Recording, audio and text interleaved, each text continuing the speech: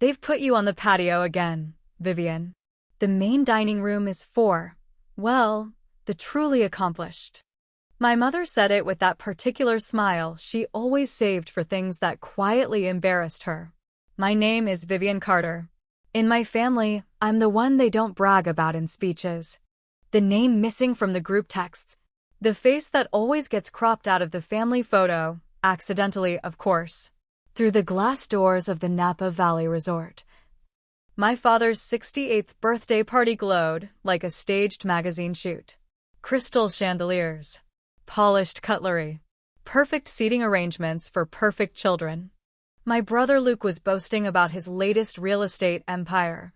And my sister Brooke was live streaming her dress to 300,000 followers.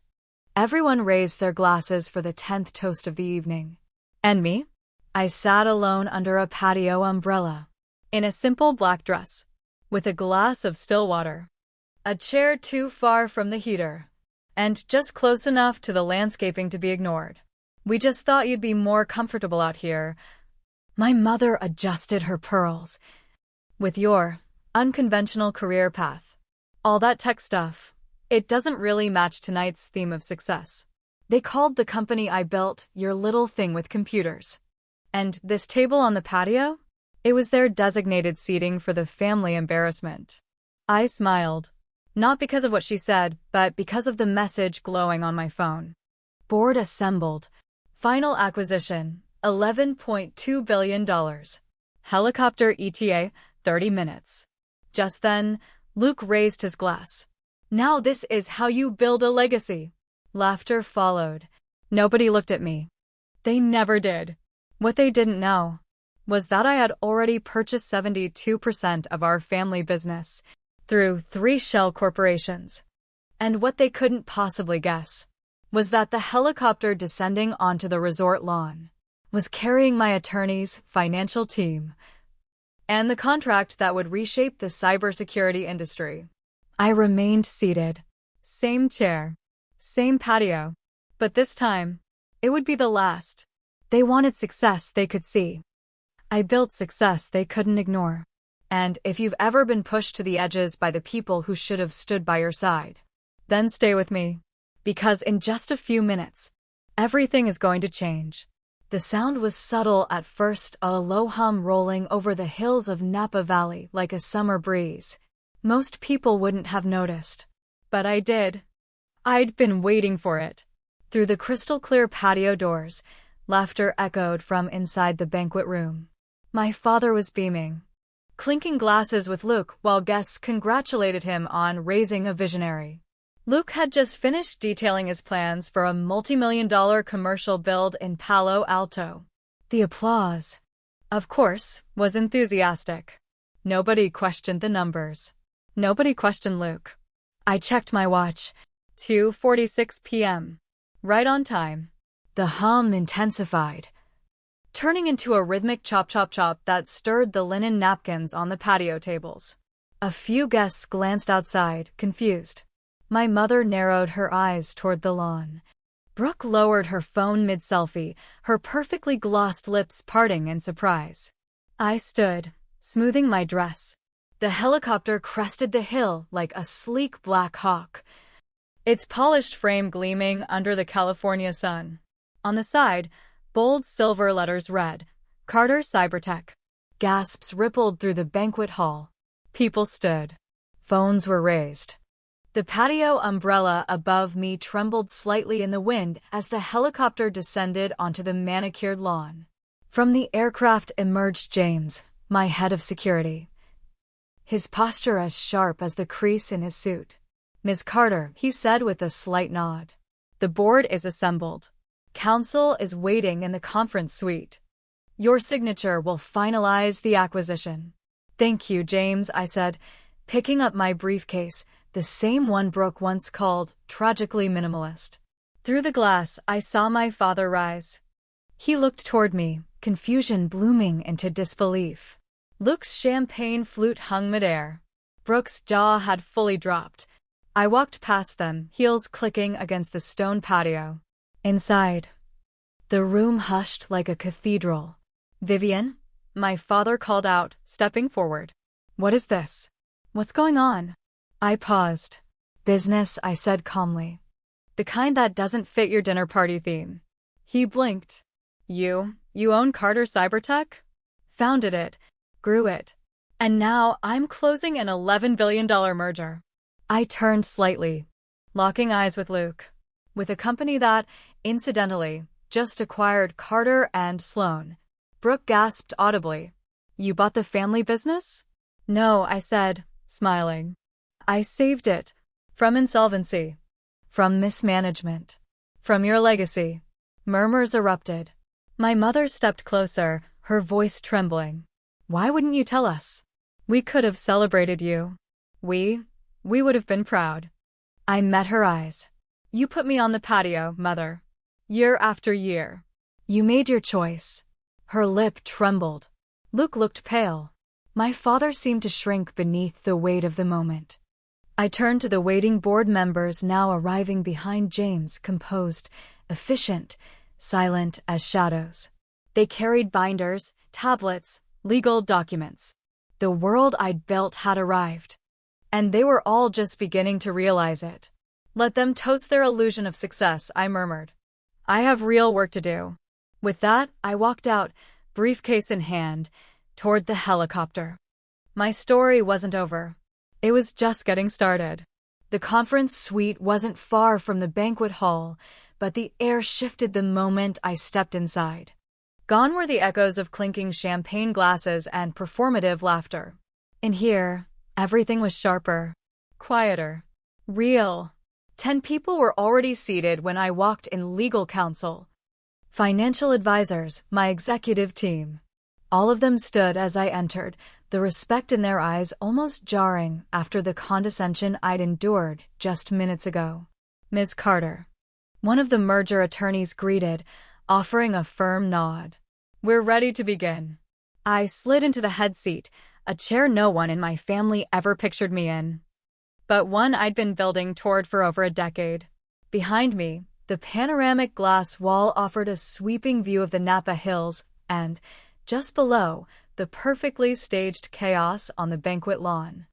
I could see my mother frozen in place, one hand gripping her pearls.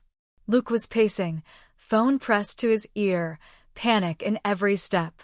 Brooke? Filming the helicopter like it was part of some influencer campaign she hadn't been briefed on. James stepped in and quietly closed the doors behind me. Let's move forward, I said. Calm but decisive. The lead attorney opened the thick folder in front of him. This is the final version of the agreement. The full acquisition of Carter and Sloan Real Estate by Carter Cybertech, with majority control transferring effective immediately upon your signature. He hesitated. The final valuation came in, slightly lower than projected, due to Luke, I said flatly. A ripple of discomfort passed through the room. I turned to Dana, my CFO, seated to my right. Confirm the audit findings? Dana didn't flinch. Yes, $8. $4 million in deferred liabilities were hidden off balance. 3 of the properties on the books were overvalued by 210%. We found falsified tenancy records and undisclosed debt tied to 2 shell corporations.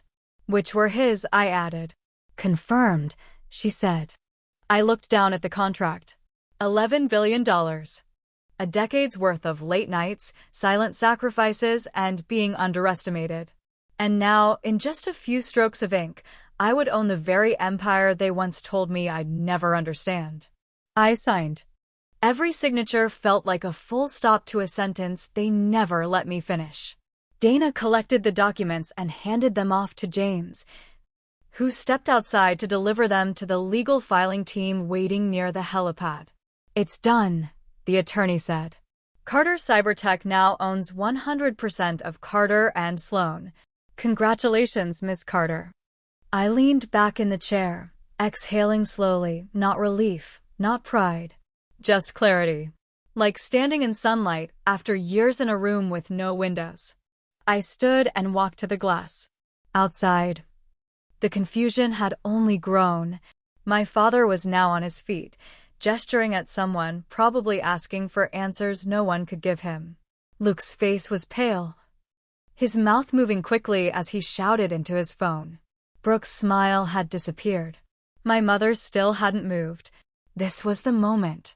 I turned to my team. I'll make a public statement in 30 minutes. Prep the balcony, set up audio, inform the media team. I want every local financial outlet tuned in. James nodded. And your family? I considered that. They can come, I said softly. They've watched me from behind glass my whole life. It's time they hear the truth face to face. Dana raised an eyebrow. Do you want us to coordinate that? No, I said. They'll come. They always show up when they think it's about them. I turned back to the view and let myself stand still for a moment. The hills, the breeze, the chaos below. All of it was beautiful. Because I wasn't outside the window anymore. I was finally on the inside. And I owned the room. I thought of the years I spent swallowing comments, shrinking my ambition to make others comfortable. The way they'd spoken about me, even to me, as if I were background noise in their curated lives. I thought of how many times I'd said, it's fine, when they made jokes about my little projects or skipped over me at dinner tables. And then I smiled. Because they were about to learn that every little project they dismissed was now the reason I could buy the table they kept me from sitting at. James, I said without turning. After the press statement, schedule one-on-ones with department heads. I want full reports on Carter and Sloan by end of day. I'll personally restructure leadership. He nodded, including Mr. Luke Carter. I didn't hesitate, especially Luke. Behind me, the room had returned to movement. Documents packed, laptops closed. My team knew what came next. But outside, the storm was just beginning to form. And this time, I wasn't caught in it. I was calling the lightning. 30 minutes later, I stepped onto the resort's upper balcony, facing a lawn that had, only an hour ago, been reserved for polite laughter and photo ops. Now, it was packed with folding chairs hastily arranged by the resort staff, reporters clutching cameras and notepads, and a few curious onlookers who'd heard helicopter and billion-dollar merger and couldn't resist the unfolding drama. Behind me, a press banner flapped gently in the breeze. Carter Cybertech and Carter and Sloan, a new era. It wasn't just a headline. It was a quiet revolution. And they had no idea what was about to hit them. Except for my family. They stood off to the side like they always had, but this time, not by choice. Brooke was still gripping her phone in one hand, though her live stream had frozen. Luke stood rigid, arms crossed over his chest in a posture he thought conveyed strength. My mother was whispering furiously to my father, whose face held the hollow stare of a man watching the scaffolding of his pride collapse in real time. James leaned in quietly. We're live in 5. I nodded and approached the mic. Good afternoon. I began, voice steady and clear. Thank you all for being here. Today marks the official merger of Carter Cybertech and Carter and Sloan Real Estate. But for me, and for many of you, it marks something more. I paused. The breeze tugged at the edges of my hair. All eyes were on me. This isn't just about assets or market share. This is about reclaiming value that was ignored. About rewriting what leadership can look like. I glanced briefly at my family. Brooke's eyes narrowed. Luke shifted his stance, clearly regretting every smug comment he'd made earlier that day. My father stared at me, unblinking. My mother looked down. For years, I continued, I was the one seated outside. Quite literally. At family dinners, holiday events, celebrations like the one you saw earlier today. While others toasted their ambitions, I was quietly building mine. Without the luxury of applause. A murmur moved through the crowd. I didn't flinch. I was told tech was unrelatable. That I didn't understand real business. That success looked like tailored suits and loud victories. But I've learned something far more valuable. Success doesn't always roar. Sometimes it whispers while everyone else is too busy celebrating themselves to hear it. Flashbulbs flickered. When I founded Carter Cybertech, no one in this room knew. Not because I was hiding it, but because I didn't need an audience. I built it from silence, from long nights and being underestimated. And today, that journey has led us here, to a merger valued at over $11 billion. There were gasps now. Audible. The number had been rumored. But hearing it spoken aloud by me, their so-called family failure, made it real. And yes, I continued, we now own Carter and Sloan, a firm I saved from collapse. A firm I rescued after discovering concealed liabilities, inflated valuations, and falsified records. I let that settle. But I'm not here for revenge. I'm here for vision. Silence followed. Eyes locked. No one blinked. I believe in building something more than profit, more than ego, more than a family name. I believe in legacy earned, not inherited, proven, not presumed. I stepped back just slightly, letting the air breathe around that truth. And for anyone watching who's ever been told you're too quiet, too different, too small, remember this. Where they seat you doesn't define you. What you build in the shadows, that's what does. A pause, then applause. First hesitant, then swelling. A few stood. Cameras kept flashing. I glanced sideways. My mother had now sat down on the grass. Not dramatically, just quietly. As if the truth had finally settled too heavily for her to stand. Luke looked like he might snap the sunglasses in his hands. Brooke stared at me like she didn't know who I was anymore. And my father, he looked exactly the same, but somehow older. I didn't wait for them. I turned, nodded once to James, and walked off the balcony. Let the press play it back on every channel tonight. Let the analysts break it down frame by frame. Let the world tweet about the girl they put on the patio who bought the house. Because I wasn't interested in proving them wrong anymore. I was already building what came next. And this time, I'd be writing it from the head of the table. I had barely stepped off the balcony when James handed me a note, handwritten on stiff white stationery. "It's from your father," he said. "He's asked for a private meeting. Alone." I took it silently. "Vivian, meet me at the Oak Room." 10 minutes. The Oak Room. Of course. His favorite space at the resort. High ceilings, mahogany walls. Brandy decanter always full. The same room where he'd once told me I should marry someone who understands business, since I clearly didn't. I looked at James. Let him wait 10. When I entered, my father was already seated at the far end of the long wooden table. A single glass of bourbon in front of him. No ice. He looked up when I approached, but he didn't stand. For a man so obsessed with manners, that was telling. "Vivian," he said, "you've made quite the scene." I didn't sit. It wasn't a scene. It was the truth. Delivered publicly, since privately never seemed to get through.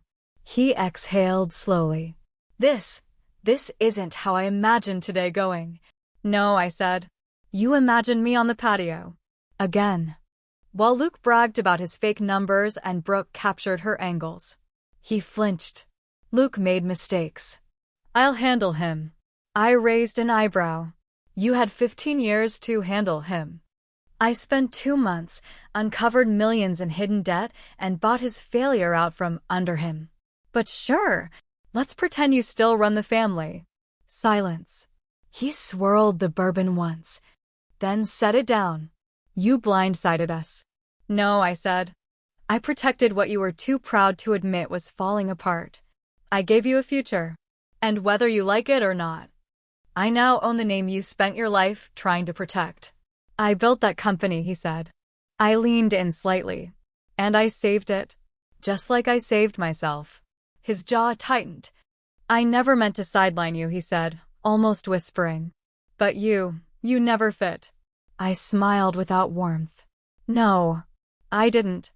I was never loud enough. Never flashy enough. Never willing to play the obedient daughter. And for that, you put me in the corner and assumed I'd stay there." He looked up at me then. Really looked. "Is this what you wanted?" he asked. "Revenge?" I shook my head. No. I wanted acknowledgement. But I learned to live without it. What I really wanted was to stop pretending your approval was currency I needed. A long pause passed between us. Then, so what now? You retire, I said. Publicly. Gracefully. I'll give you a generous title, Founder Emeritus. You'll be treated with respect, but you won't interfere. His brow furrowed. You're removing me. No, I said. I'm offering you dignity. He stared at me like I'd spoken a language he couldn't quite translate.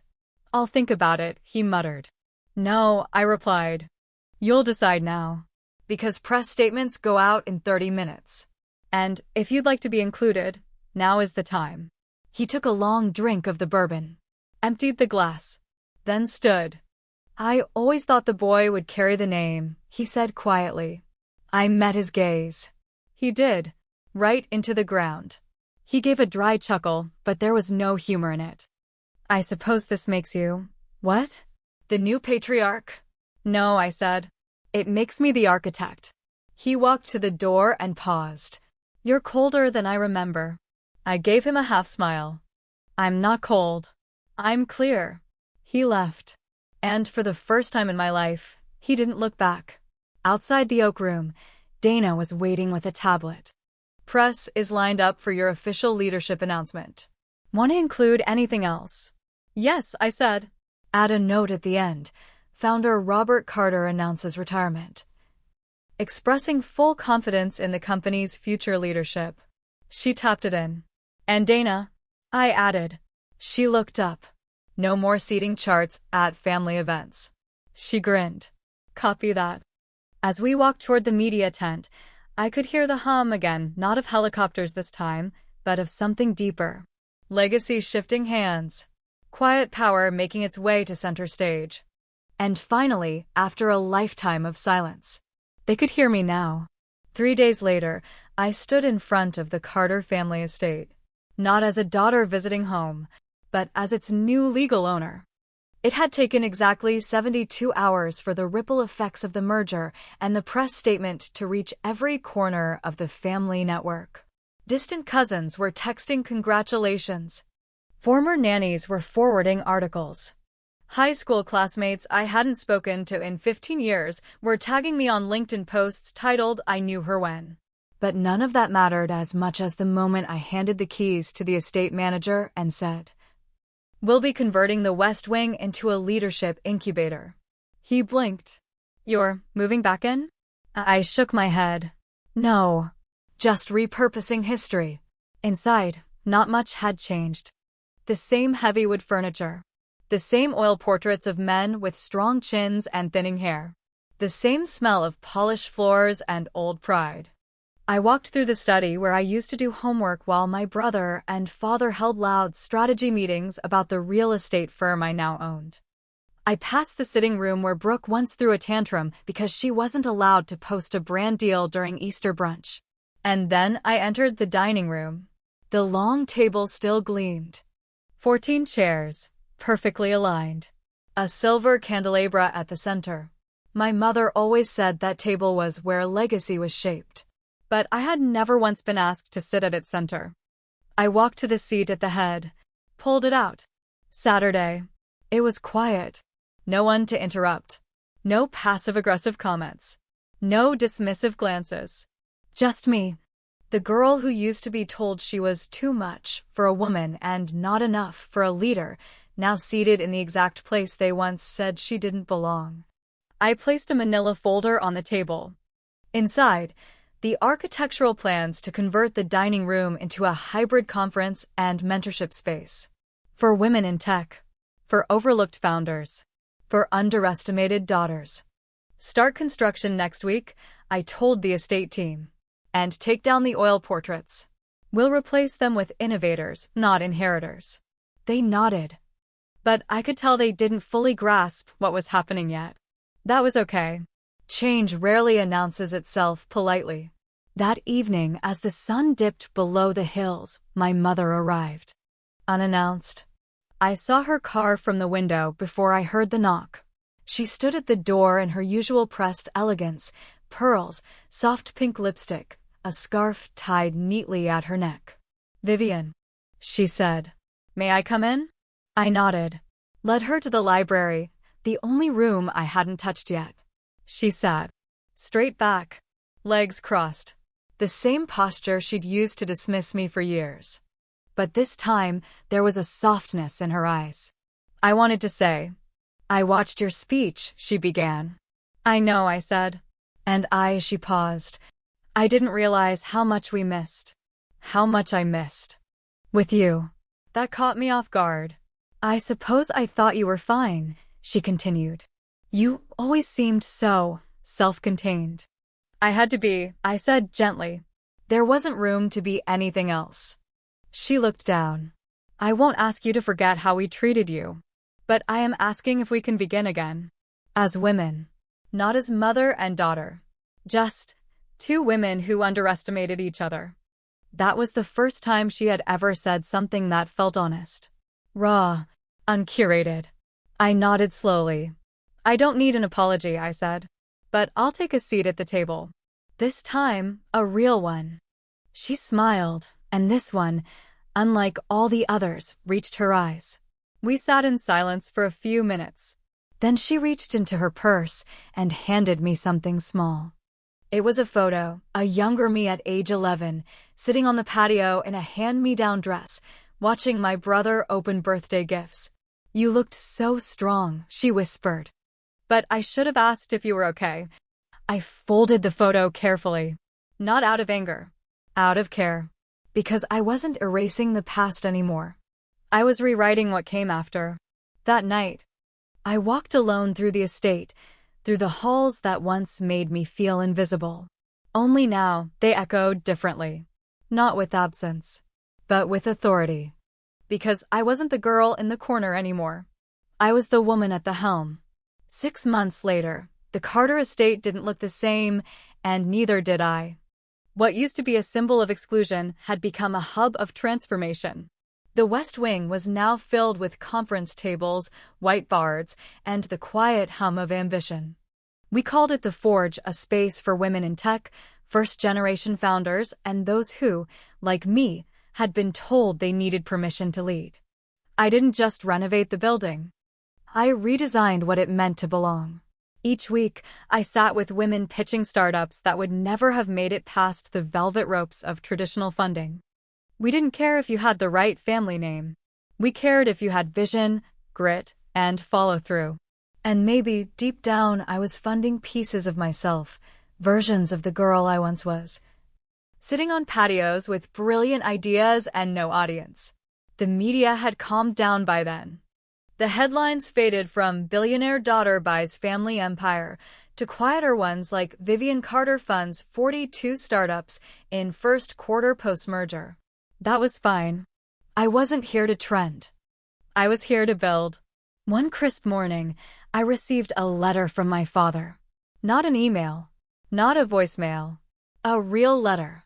"Vivian, I've watched what you've done with the company. With the estate. With our name. I was wrong. About leadership. About you. I thought legacy was something you passed down like a watch or a will. You've taught me that it's something earned, not inherited. Thank you for saving what I couldn't. Dad." I read it twice. Then again. I didn't cry. I didn't rush to frame it. But I kept it. Because even if you've learned to live without certain words, sometimes, when they arrive late, they still matter. That evening, as I stood on the same balcony where I once gave the speech that changed everything, the sunset cut through the valley in deep golds and soft reds. Below me, the courtyard buzzed with another mentoring session wrapping up. Young women in jeans and blazers, coffee cups in hand, whiteboards covered in prototypes. I could hear laughter. And I realized I wasn't just rewriting my story. I was making room for theirs. Someone once told me that revenge is sweet. But I've learned something else. Healing is quieter. Stronger. And it lasts longer. I didn't win by taking power from the people who tried to overlook me. I won by refusing to become like them. I didn't need their table. I built a new one. One with no patio. One where every chair was earned, not assigned. And as the lights turned on in the courtyard, and the forge buzzed into the night with ideas that would one day outlive even my name, I smiled. Because legacy, I've learned, isn't just what you leave behind. It's what you set in motion.